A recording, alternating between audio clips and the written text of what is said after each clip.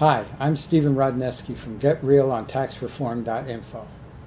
If you want to get a better look at the reports featured in this video, go to www.getrealontaxreform.info/truth.htm. You can view them online or print copies for yourself. Our great nation has lost its way by believing the propaganda of special interest groups, but it is in our power to think for ourselves and compare what has really happened to what we have been told. Knowing the truth and doing what is right can save our nation. The government puts out a great many reports each year, including a number by the IRS. It takes several years to compile the data for each tax year, which is why we are looking at 2008 figures in 2012. In 2008, there were about 321,000 tax filers who earned $1 million or more.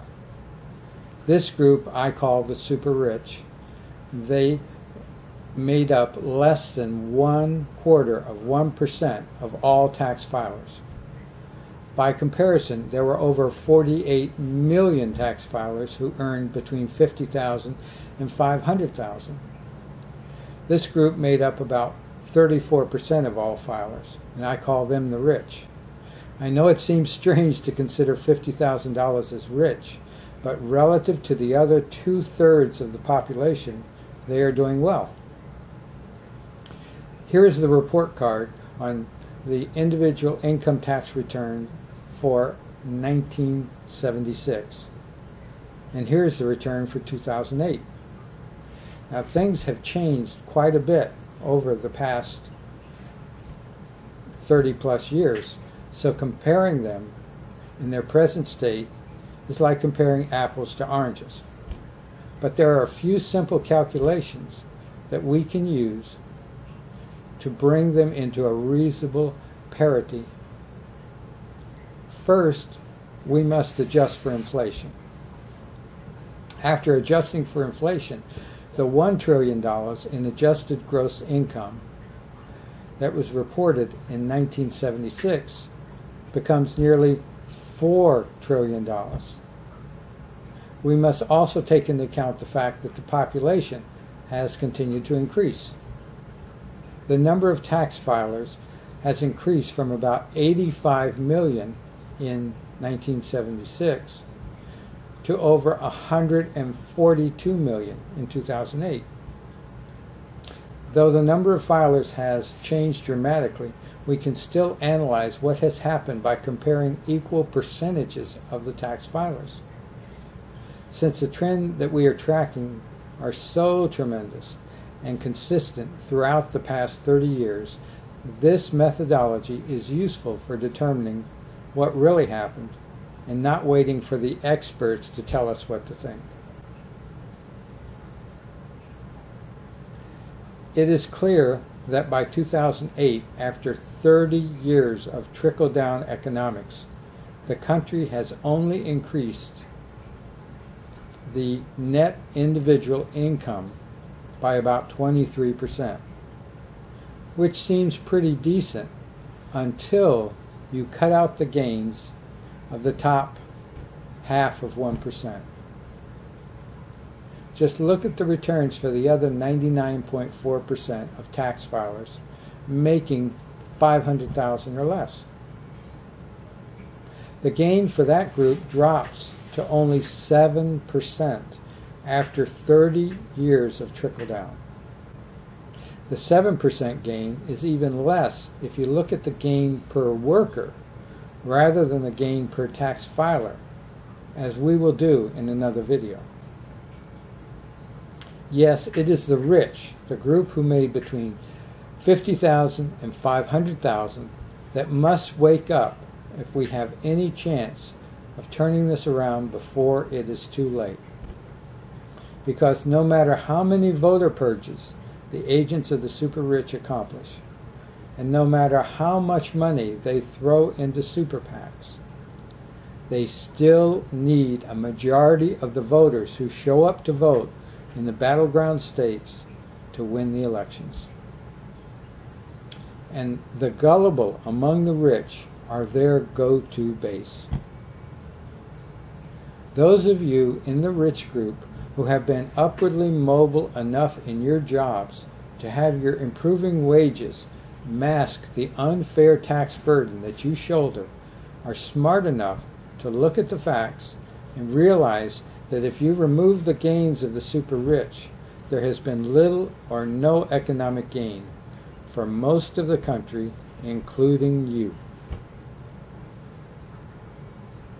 Now, don't get me wrong, the super rich are not trying to get the rich out of malice.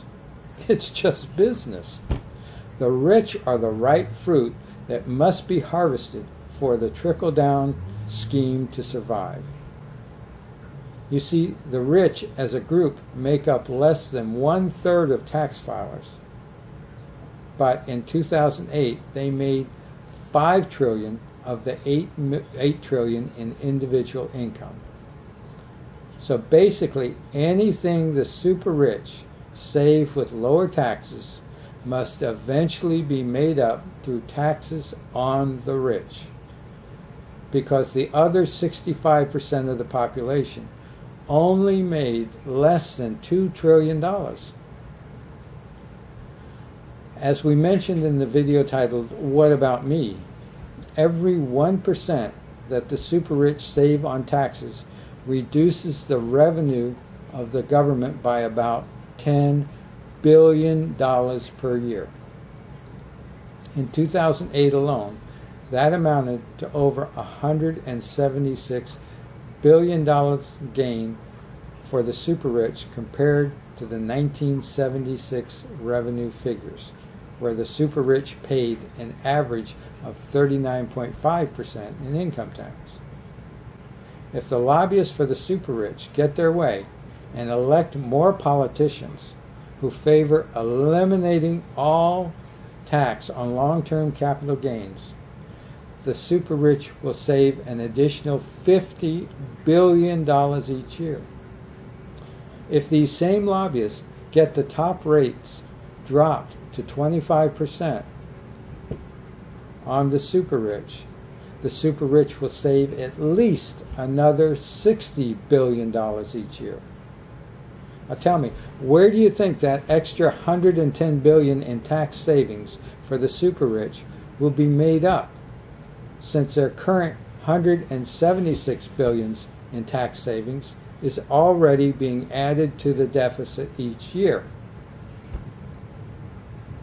Since so many in public office are beholden to the deep pockets of the super rich, the overall perspective of Congress has naturally shifted toward the agenda of the super rich. So we can no longer count on the currently constituted Congress to look out for the interest of the 99.4% of us who are not super rich. A perfect example is how Congress demanded and President Obama sanctioned the continuing Bush tax cuts for the super rich under the pretense that raising taxes on the super rich would hurt the economy.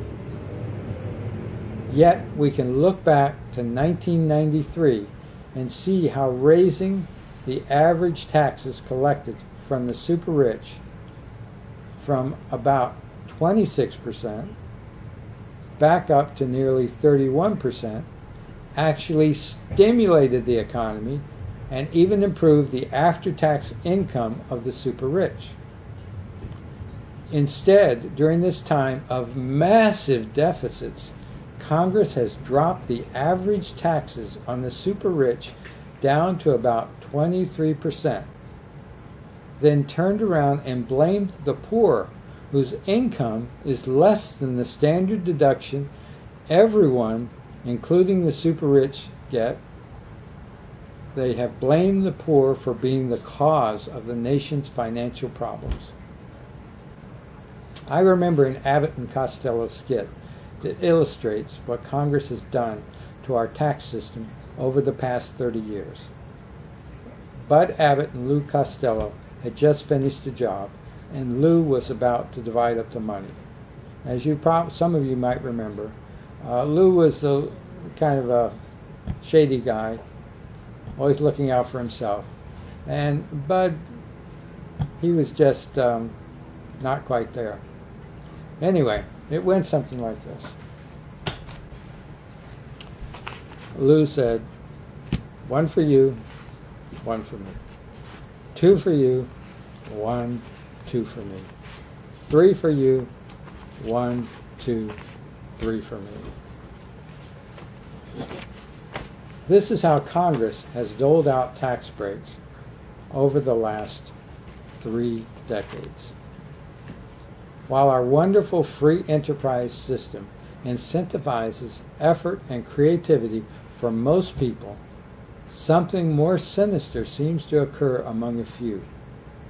For these few, it is no longer about the American dream of providing the security of a good life for one's family and oneself.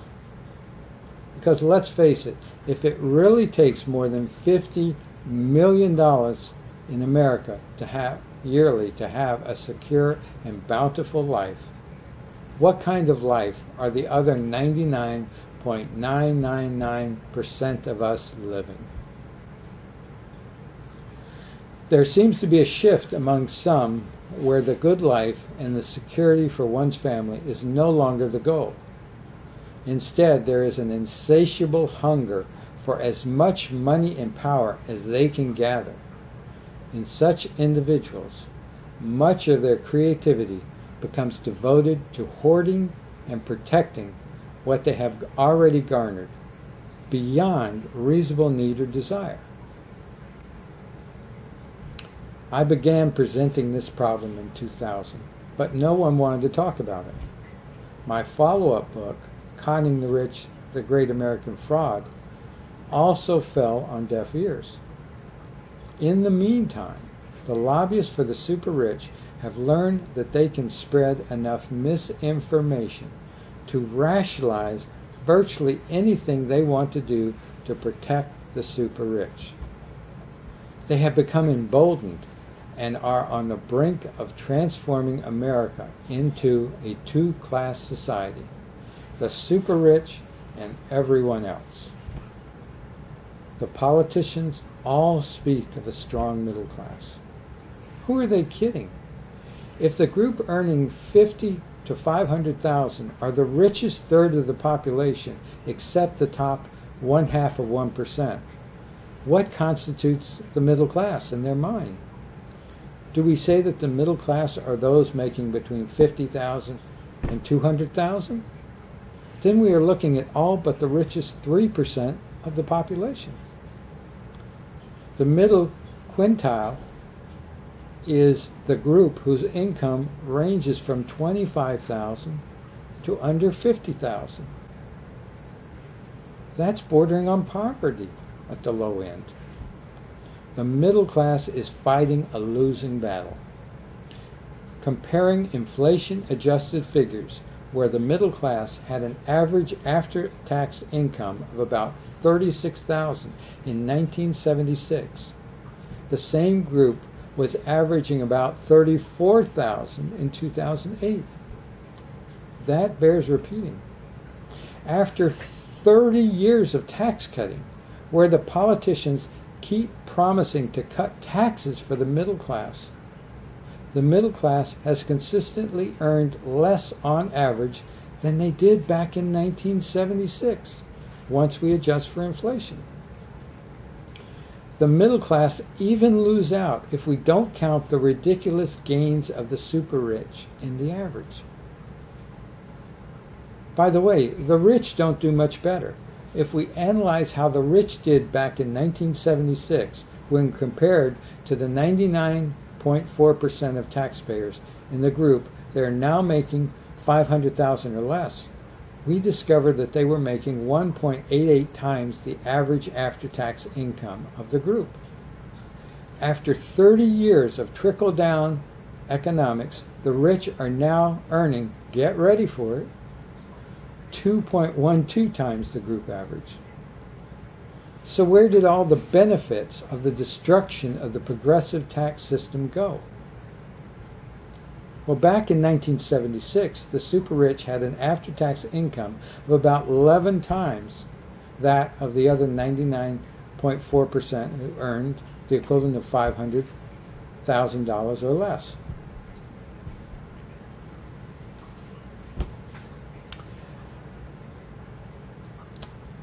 By 2008, their after-tax income had risen to about 60 times the average income of that same 99.4%.